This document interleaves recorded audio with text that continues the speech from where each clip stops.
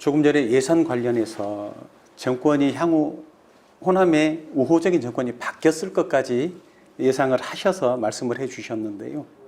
그러면 광주광역시는 어떠한 방법으로 예산 투여하는 과정들을 선행을 해 나가야 될까요?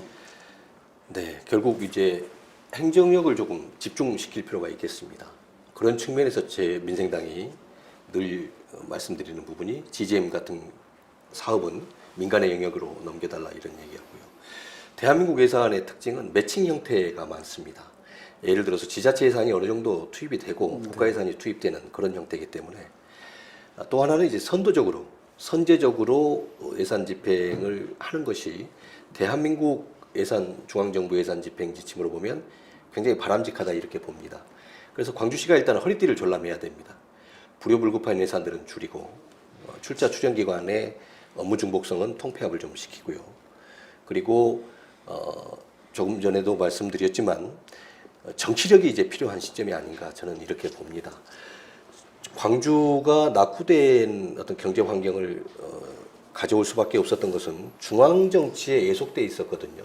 그래서 영남의 후보를 호남에서 압도적으로 밀어서 예산과 또 일자리를 좀 만들어내자 이런 정책 아니었겠습니까? 한계가 있다는 것이죠. 정권이 바뀌게 되면 이제 상대적으로 핍박을 받는다, 차별을 받는다 이런 얘기들이 나오지 않겠습니까? 그래서 광주만의 정책 우월성을 확보하지 않으면 정권이 우호적인 정권이 들어서면 사업이 추진되고 또 그 반대의 경우가 생기면 사업이 중지되거나 또 연기된다면 그 피해는 고스란히 광주와 광주 시민들에게 돌아오는 것입니다. 행정은 예측 가능해야 되지 않겠습니까? 5년 이후, 10년 이후를 정확히 내다볼 수 있고 크게 벗어나지 않는 것이 행정 신뢰의 원칙이기 때문에 그런 측면에서도 정치가 더 이상은 중앙에 예속돼서는 안 된다. 이제 광주만의 정치력이 필요할 때가 됐다. 민생당은 이렇게 봅니다. 그러면 궁금한 게 있는데요.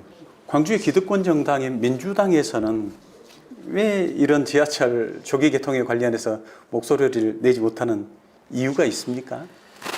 결국에는 행정부와 의회 권력 그리고 이제 중앙정치 권력들이 서로 얽혀 있는 것이죠.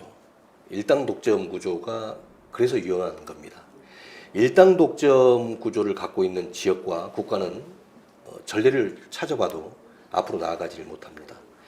경선을 통과해야지만이 당선이 되는데 그 경선 과정에서 상당한 인센티브 도움을 줄 수 있는 집행부에게 또는 의회 의원에게 또는 국회의원들에게 싫은 소리를 하기 어려운 구조가 만들어지는 것입니다. 광주의 가장 근본적인 문제는 바로 거기에서 시작을 합니다. 그래서 옳지 않다는 생각을 갖고 있고 또 다른 방향으로 가야 된다고 생각을 할지라도 결국에는 본인의 정치 생명을 위해서는 반대 목소리를 내기 어려운 것이 30년 동안 이어지다 보니까 이제는 무기력함이 생긴 거죠. 이제는 줄 잘 서고 어떤 정치인이 당대표가 되고 또 누가 대통령이 될 것인지만 바라보는 해바라기형 정치인들이 너무 많이 양산돼 버린 것입니다. 자기 목소리를 내고 자기의 정치 생명을 던질 수 있는 정치력이 과연 광주에 있느냐라고 봤을 때 저는 의문입니다. 그 말씀을 들으니까 조금 씁쓸하네요. 안타깝습니다. 그렇죠. 시민들을 선거철이 되면 오로지 누구만을 위해서, 지역 주민만을 위해서 지역이 머슴이 되겠다고 다들 말씀을 하시는데 그렇습니다. 우리 위원장님께서도 광주광역시 측에 수차례 면담 요청을 하셨습니다. 이와 관련해서 나와라, 이야기를 나누자. 광주시의 반응은 어떻습니까? 네, 정확히 말씀을 드리면 자신감이 없는 겁니다. 옳지 않은 것이죠. 본인들이 틀렸다는 것을 사실상 인정하는 겁니다. 침묵도 하나의 인정이거든요. 자, 민생당이 이렇게 해야 된다라고 얘기했을 때 본인들의 방향과 정책이 자신감이 있다면 그렇지 않다라고 얘기하는 게 일반적인 상황이지 않습니까? 우리 사회나 모든 정치 구조가 정관합의 원리로 가는 것이니까요. 그런데 광주시의 목소리를 들어본 적이 없습니다. 가장 최근에 들어본 게 강기정 시장께서 10만 대를 양산할 수 있는 지원을 하겠다라고 얘기를 하셨어요. 민생당이 바로 이런 지적을 했습니다. 1000cc 이하 소형 SUV가 대한민국에서 10만 대가 안 팔립니다. 10만 대가 전체 판매량이 10만 대가 되지 않는데 100% 넘는 시장 점유율을 기록했을 때 10만 대 생산이 되는 것입니다. 근거가 무엇인지 듣고 싶다라고 얘기했을 때 당연히 대답할 수 없는 것입니다. 허망한 얘기거든요. 그러니까 정치적 언어, 정치적 논리에 익숙해져 있는 전형적인 패턴인 것입니다.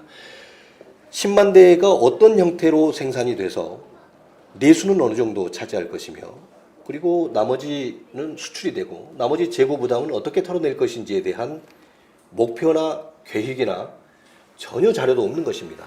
그냥 10만 대 생산을 지원하겠다 이렇게 얘기를 하는 것이거든요. 그런데 민생당이 그 부분에 대한 확답을 달라라고 얘기했을 때 어떤 대답을 내놓을 수 있겠습니까? 답은 하나입니다. 말을 잘못했다. 또는 내가 잘못 알았다라는 거 아니겠습니까? 그런 얘기하기가 쉽지 않다는 것이죠. 결국은 지하철 2호선 조기 개통 완공에 대해서도 광주 시민들이 목소리를 높이셔야 될 때가 아닌가 싶습니다만 네. 우리 박대우 위원장님께서 광주 시민들을 향해서 한 말씀 부탁드리겠습니다.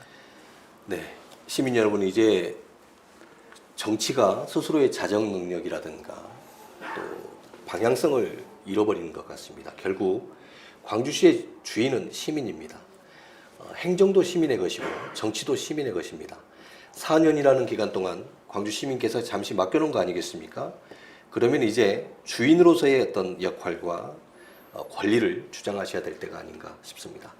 정치적인 관점 또 저의 개인적인 관점으로는 당연히 민생당에 대한 지지를 해주시는 것이 큰 도움이 되겠습니다만 보다 근본적이고 거시적인 관점에서는 이제 광주가 더 이상 이런 형태로 흘러가서는 안 된다라는 시민들의 준엄한 목소리가 나와야 될 때가 아닌가 그런 생각을 갖습니다.